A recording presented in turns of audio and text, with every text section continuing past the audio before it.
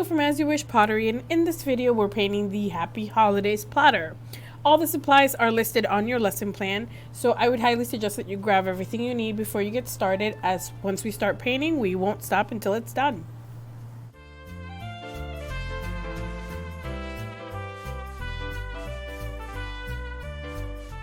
Okay, so on the lesson plan we have a traceable image for you to grab the design from, the hollies and the lettering. So I'd suggest that you grab the pencil and grab the tissue paper and just follow along the lines that you see on that traceable image.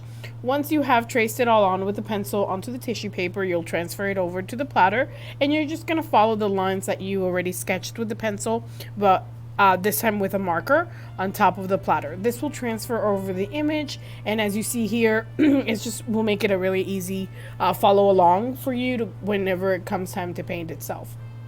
Keep in mind that the pencil disappears and the marker disappears as well, so it's okay if you make any mistakes or accidents right now, just because they will not show up once the piece is fired. So this is just pretty much getting us started and having a nice design to follow along. You can also change it up and make it your own if that's what you wish. It's really up to you however you want to go about it. But I just suggest that you make sure that you kind of have a design ready to go, so that way when we start painting you can just paint along and your design is set. Apart from that, this is one of those parts that's going to be really easy and you will be able to see the image underneath. Just make sure that you're pressing your marker really well onto the tissue paper, so that way the ink bleeds through to the piece. Alright, so after that we're going to start painting the hollies, and we're going to do that with a medium or small round brush and about 1 to 2 coats of red. You could use red, Rockin' Red or Red Blaze, whichever of the two. It doesn't really have a difference. I'm using, I believe, Rockin' Red in this one, but it just really, they look the same, so I don't really think it makes a difference at all. And all I'm doing right now is just spreading the paint I have on the brush and making sure I get some really nice round shapes. I'm also making sure that it's well covered, so that way we don't see any of the bisque underneath or anything that shows through.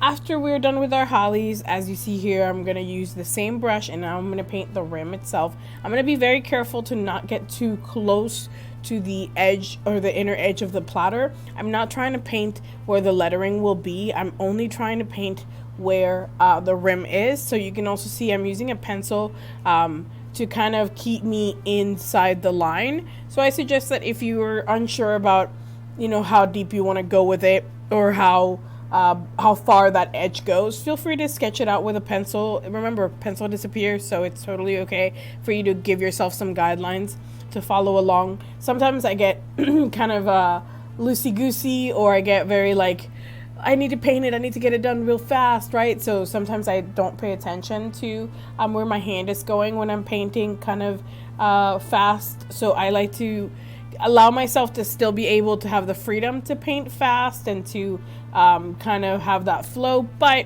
avoid any accidents or mistakes. And if you do paint past that line, keep in mind you can let it dry and grab an eraser, and you can erase off any paint that kind of falls over. You could also grab a Q-tip with a little bit of water and just wipe it right up. So it just depends on however you want to go about it. If you have a lot of paint, I suggest the Q-tip method, but if you have a little bit of a drop, just let that dry and you can erase it off with a pencil eraser. Alright, so now I'm going to go ahead and paint my second coat. So I'm going to start off right where I finished on my first. I'm going to add a little bit of more paint to my palette. And I'm just going to make sure that now the edges are really nice and clean and that everything seems well coated. As you see, everything's already drying out, so you can see how the color is changing. Remember that this will be red, but right now it just looks kind of pink, and that's okay. It allows you to know what's dry and what isn't, so it's nice to keep an eye out on that, and it's nice that the paint does that on its own. So now I'm just going around my rim one more time, making sure that the 2 coats are well done.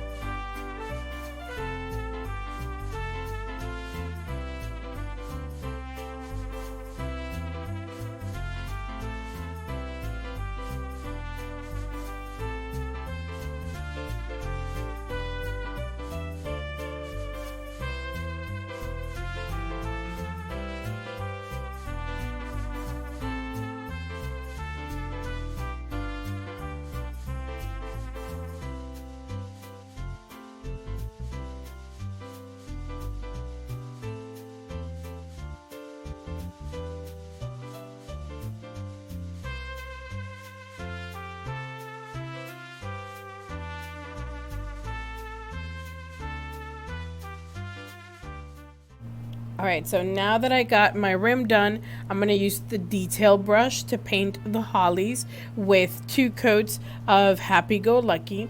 And it's pretty simple to paint the hollies. I would just suggest that you paint the shape first and then go in and fill in the rest. You'll sometimes see that I like to dip my brush in water. This just helps me maintain my paint to be my paint a little more movable, less thick, kind of, I'm not looking for super watery because I'm not looking for watercolor, but I am looking for a consistency that makes the paint last a little longer or go a little longer within the stroke. So all I'm doing is just kind of watering down my paint. So you'll see that I do that proactively here and there, but don't overdo it. You don't want your paint to be too thin to where blobs. You just kind of want to be able to have a little bit of control on it, so that way you can achieve those fine little points.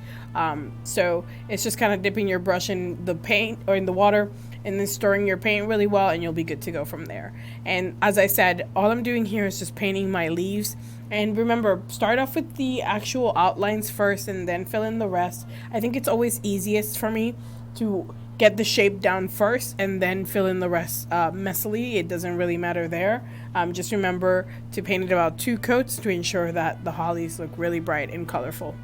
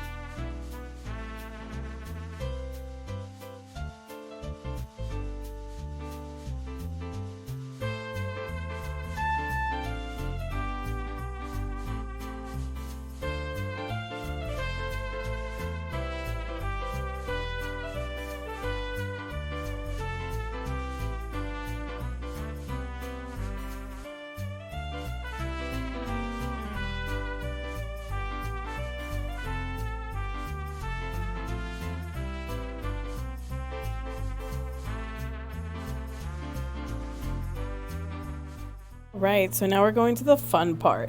Now we're going to be using our detail brush again, but this time we're going to rinse it out really, really well first. And then we're going to use it to write the lettering on the center. And keep in mind that the water technique I was talking about earlier, where we add a little bit of water to our paint to thin it down, this will also help you a lot. Just remember to stir your paint really well. We do not want our paint to be too watery. We want it to be kind of in the consistency of ink, so that way you can have really nice long strokes as you're painting your letters. I start off with kind of a in-between thick to thin pressure on my brush, so I try not to be too heavy-handed as I start. Remember, you can thicken out letters later on. Just start off with a comfortable positioning for yourself that you can ensure that you get a really nice long stroke. And then after that, you can make it thicker as you go. Another tip I'd like to suggest is not to overload your brush, just because we're not trying to cover a lot of ground. We're trying to achieve a thin line, you know? So the less paint your brush has, the better your line will look, and the more control you have over your brush as well. I also like to break down my letters. So like right now, this H letter, right? I did it 3 different ways. I went into the curl first, and then I kept going from there, and I broke it down to little by little.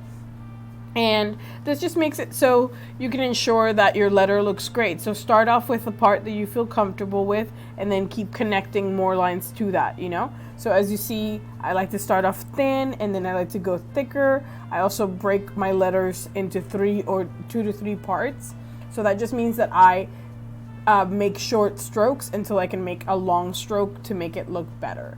So this is just one of those things that the more you do it, the better you'll get at it. But just be aware that this part, take your time. Don't stress about it. Lettering should never be stressful. It should be definitely fun.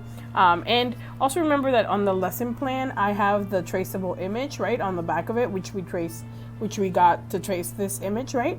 You can also use that as your practice. You could use that to practice if you'd like to. Just get a little bit of paint on your palette, just like if you were going to do it on the platter, and do it on the paper first. Get a handle on the brush, learn how to use this brush to maneuver the letters. Also follow along the letters that are there already, allowing you to kind of get control over the bounces and things like that. Same thing starting with your thinner lines and adding thickness to them as you go. So keep in mind there's lots of ways that you can practice this before you get started. And then once you get started, relax. Don't stress about it. Try to take it little by little. It should be something fun and easy, and it should never become scary whatsoever. It should be something that you're tackling little by little with patience, and yeah, and have fun with it.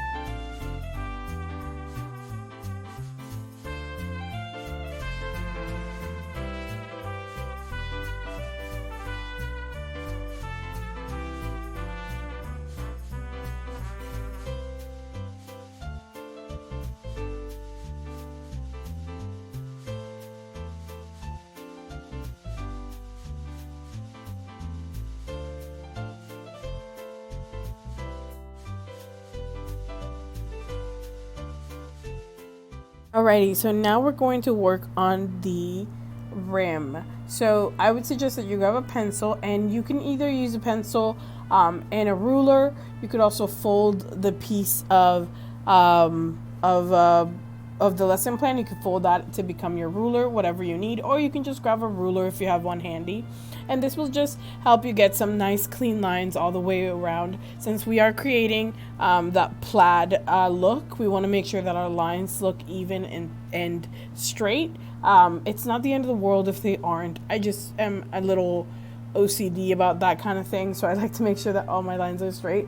But I suggest just find something that you can get some straight lines with and keep going. I'm using kind of the thickness of the ruler itself, or making the lines a little thicker even, so really the size doesn't matter.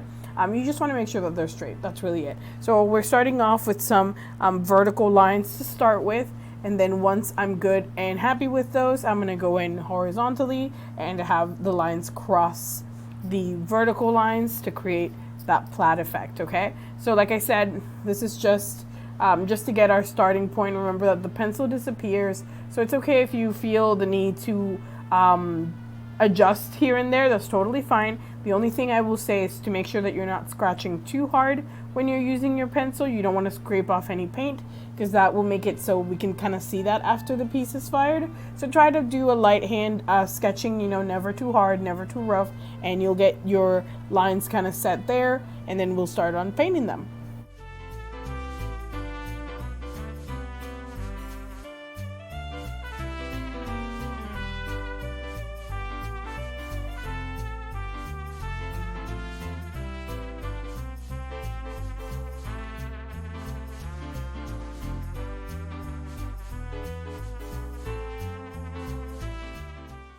Alrighty, so now we're going to use the long detail brush to paint the horizontal and vertical lines with 2 coats of Simply Cinnamon. So as you see, I'm going to dip my brush in the paint, and for this I do want to be a little heavy-handed, just because I do want to get some thicker lines, right? So it's okay if you're heavy-handed on this, and if you put a little bit more pressure. You'll see that I'm kind of unsure about my pressure here, and then I realize, like, wait a minute, I need to make this a little thicker. So I'll go through and add a little bit more thickness.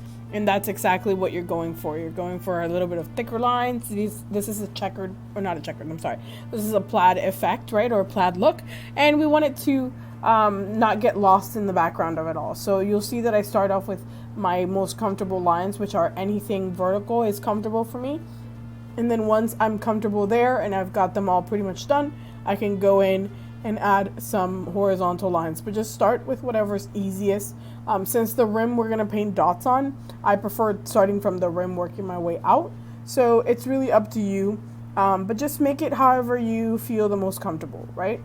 Make sure that your lines look thick and nice. Make sure that your paint is kind of flat, just because we will outline these later, and there's also going to be a line overlapping them, right? So we don't want to have any bumps or anything like that. So as you see, every time I brush, I kind of like pull whatever's in the line itself. I pull it towards me, and I'm trying to get as smooth and as flat of a line as I can get.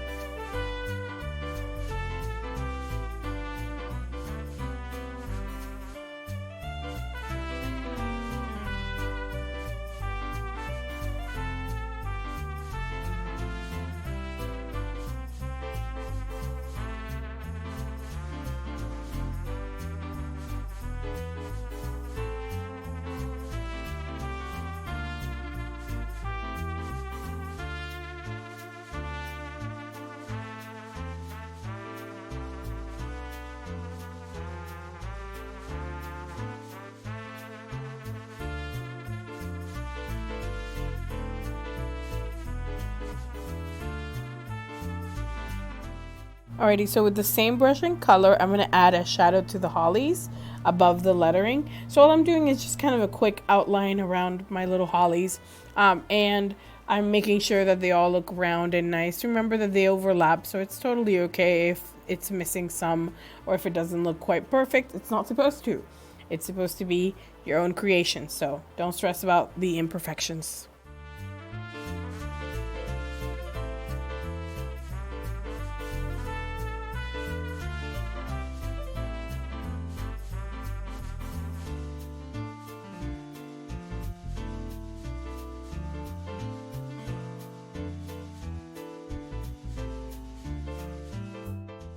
All right, so now we're going to use the Black Lab Fun Writer to outline all the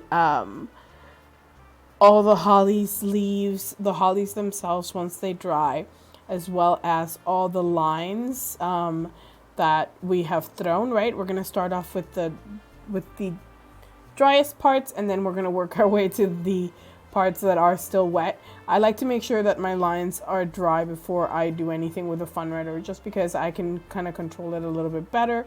So just make sure that you do the same. It's just easier that way. So what I like to do right now is I'm working on the hollies themselves. I'm letting those kind of dry for a minute, and then I'm going to start working on my lines. So as you see, I start off with the driest. I just throw in some lines on the sides of each line or each stripe, and then I will go on the overlapping line once I have a nice set style on there. Then once you have all your lines outlined, you're going to fill in the insides that overlap.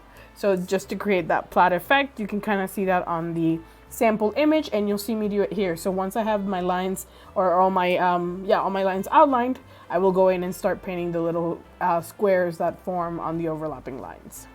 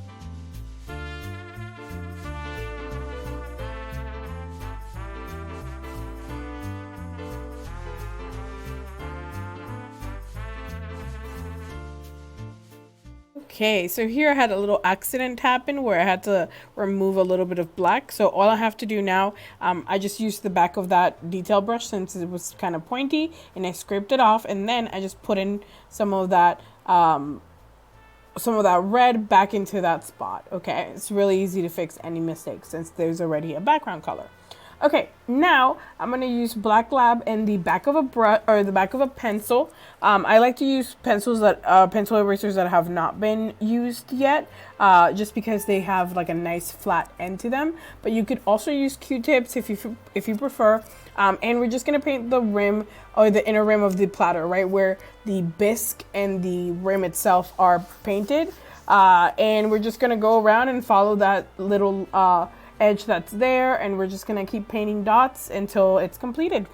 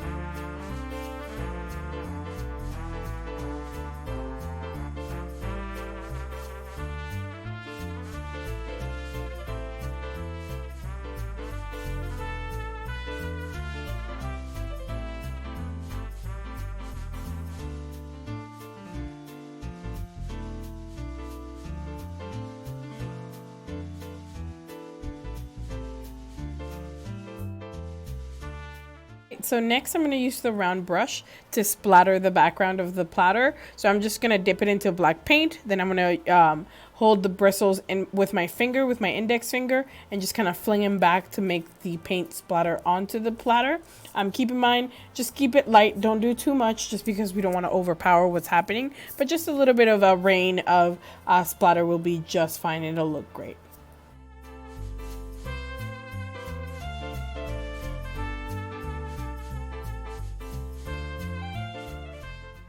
All right, to finish the platter, we're going to use the round brush or a round sponge to paint the outer edge of the platter with black lab. This is totally optional. You don't have to do it if you don't want to.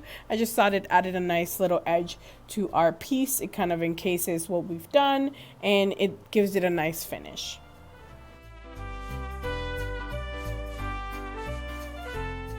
All right, so now that the piece is done, I wanted to give you guys a quick close-up of how it looks before it gets fired.